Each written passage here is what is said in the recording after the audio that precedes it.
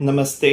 सर्दियों के समय है। सर्दियों के समय में खुजली, एलर्जी या एक्जिमा होने का अवसर बढ़ जाता है।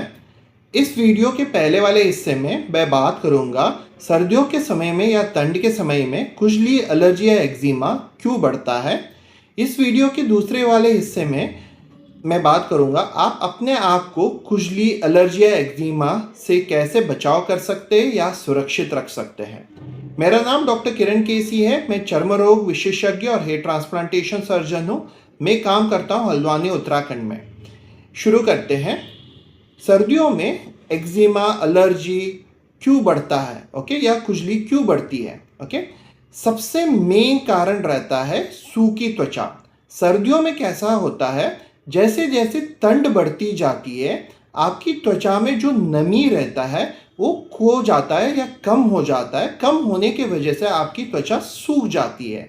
जब आपकी त्वचा सूखी हुई रहती है, कोई भी इरिटेंट मटेरियल या गंदा मटेरियल आपकी त्वचा पे लग जाता है, ओके, देन उसमें एलर्जी, एक्जिमा होने का अवसर बढ़ जाता है, ओके।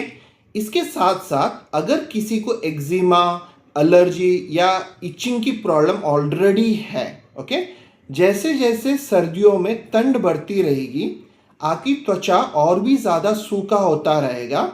इसके साथ साथ सिंस आपकी त्वचा सूखा हो रहा है, जो भी आपकी एलर्जी या एक्जिमा है वो बढ़ जाएगा, ओके। सो दूसरा कारण जो सर्दियों को जो कपड़ा है, विंटर क्लोथिंग है। यूजुअली विंटर में क्या होता है, लोग अपने आप को गर्म रखने के लिए उलन के कपड़े या दूसरे वार्म वाले कपड़े पहनते हैं। मोस्ट ऑफ द टाइम उलन के कपड़े सबसे इरिटेंट कपड़ा है, ओके, इरिटेंट मटेरियल है। उलन अपने आप से बहुत ज़्यादा एलर्जी करता है। अगर आपने उलन के कपड़े पहन लिया, ये त्वचा के ऊपर डायरेक्टली स्पर्श में रहता है, ओके, कांटेक्ट में रहता है, देन इसके वजह से आपको एलर्जियाँ हो सकती है, खुजली, या आपको ऑलरेडी एलर्जी है वो ज़्यादा एक्जिमा बढ़ सकता है, ओके। सो सेकेंड हो गया आपके कपड़ों, पर्टिकुलरली विंटर क्लोथिंग, पर्टिकुलरली उलन के कपड़े। तीसरी चीज़ है जो आपके कपड़ों में, ओके, सर्दियों के कपड़ों में जो धूल लगी रहती है या कीड़े रहते हैं। मैं समझाता हूँ क्या कैसे धूल और कीड़े आते हैं। यूजुअली क्या होता है ना, सर्दियों में जो भी कपड़े आप पहनते हो, ओके, उसको जब सर्दियाँ ख़त्म हो जाती है मार्च फर्स्ट वीक में या फरवरी लास्ट वीक में, ओके, आप उन कपड़ों को लेके डब्बे में डाल देते हो, बिकॉज गर्मियों में सर्दियों के कपड़े का इस्तेमाल नहीं होता है, ओके। सो जब आप डब्बे में डालते हो, इसका नेक्स्ट 6 महीना 7 महीने के लिए कोई इस्तेमाल नहीं होता है, ओके। सो नेक्स्ट आप इसको डब्बे से निकालोगे, ओके, या बॉक्सेस से निकालोगे यूजुअली अक्टूबर लास्ट वीक में या नवंबर फर्स्ट वीक में, जब फिर से सर्दियाँ या ठंड शुरू हो जाती है। सो इतने समय तक ये डब्बे में रहता है। जब डब्बे में रहता है, इसमें बहुत ज़्यादा धूल, मिट्टी वगैरह, ओके, धूल और इवन कीड़े वगैरह घुस जाते हैं, ओके। सो इससे क्या हो जाता है, अगर आप इस कपड़ों को, ओके, उलन के कपड़े या दूसरे सर्दियों के कपड़ों को, ओके, जब सर्दियाँ आ जाती इमीडिएटली आप डब्बे से निकाल के पहन लेते हो, तो इसके वजह से आपको खुजली, एलर्जी, ओके, एक्जिमा होने का अवसर बढ़ जाता है, ओके। अगर अभी हमने तीनों कारणों को जान लिया, अभी जानते हैं आप अपने आप को कैसे सुरक्षित या बचाव कर सकते हो सर्दी में खुजली ज़्यादा होने से, ओके। सबसे मेन चीज़ आप क्या कर सकते हो सर्दियों में, पहला आप कॉटन का कपड़ा पहन सकते हो। कॉटन के कपड़ों के ऊपर आप उलन के कपड़े पहन सकते हो, ओके। जो कॉटन का कपड़ा रहता है वो सबसे लेस एलर्जिक कपड़ा रहता है। कॉटन के कपड़े को पहनने से आपको उससे एलर्जी होने का अवसर बहुत ज़्यादा कम रहता है। सो जो स्किन के स्पर्श में, ओके, जो त्वचा के स्पर्श में जो कपड़ा रहता है, संपर्क में जो कपड़ा रहता है वो कॉटन का रहना चाहिए। कॉटन के कपड़ों के ऊपर आप चाहते हो तो अपने आप को गर्म रखने के लिए उलन या दूसरे वार्म वाले कपड़े आप पहन सकते हो। सो इससे क्या हो गया, एक तो आप सर्दी से भी बच गए बिकॉज आपने उलन के कपड़े पहना है।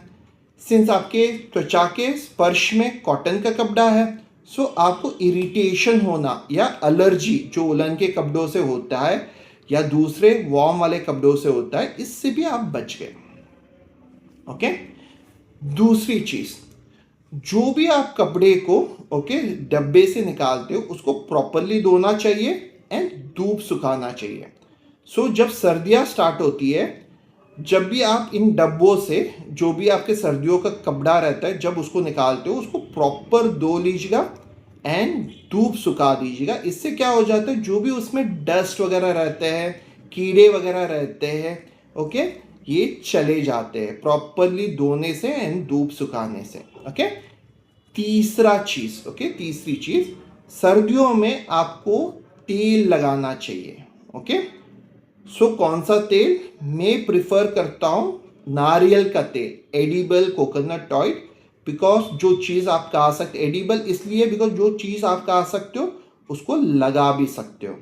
इसको नहाने से पहले भी लगाना है एंड नहाने के बाद में भी लगाना है, थोड़े से डैम स्किन के ऊपर, थोड़े से गीले स्किन के ऊपर।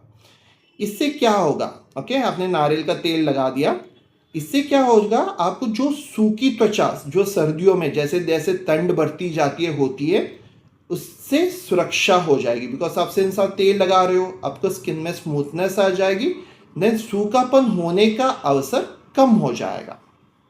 एक तो हो गया, आपका स्किन को मॉइस्चराइज कर देगा तेल लगाने से।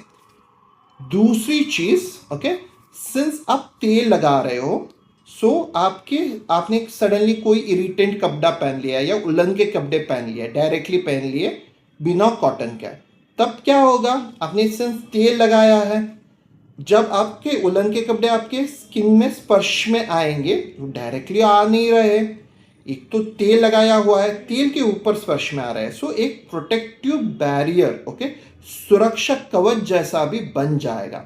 सो आपने उलन कपड़े पहनते हो तो इरिटेशन हो सकता है, लेकिन होने का अवसर अगर आप तेल लगाते हो तो कम हो जाएगा। सो एक तो प्रोटेक्टिव बैरियर, सुरक्षा कवच हो गया तेल लगाने से। दूसरी चीज, आपको सूखापन से भी मदद हो गया। कुछ टाइम इधर नॉर्थ इंडिया में लोग प्रिफर नहीं करते कोकोनट ऑयल लगाना, बहुत सारे लोग प्रिफर करते हैं मस्टर्ड ऑयल लगाना। ये भी आप लगा सकते हो, कोकोनट ऑयल बेहतर रहता है, लेकिन मस्टर्ड ऑयल भी लगा सकते हो। या अगर आपने किसी स्किन के डॉक्टर को, डर्मेटोलॉजिस्ट को दिखाया है, अगर उन्होंने कोई मॉइस्चराइजर सजेस्ट किया है, इसको भी आप लगा सकते हो।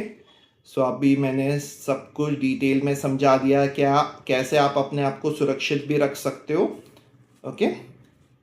Thank you. प्लीज़ इस वीडियो को लाइक, शेयर और सब्सक्राइब कर लीजिएगा। आप लाइक, शेयर, सब्सक्राइब करोगे तो मुझे इस तरह से और भी वीडियो बनाने में पसंद, मतलब अब लोगों को लाइक हो रहा है तो मैं और भी इस तरह से वीडियो बनाऊंगा। Thank you.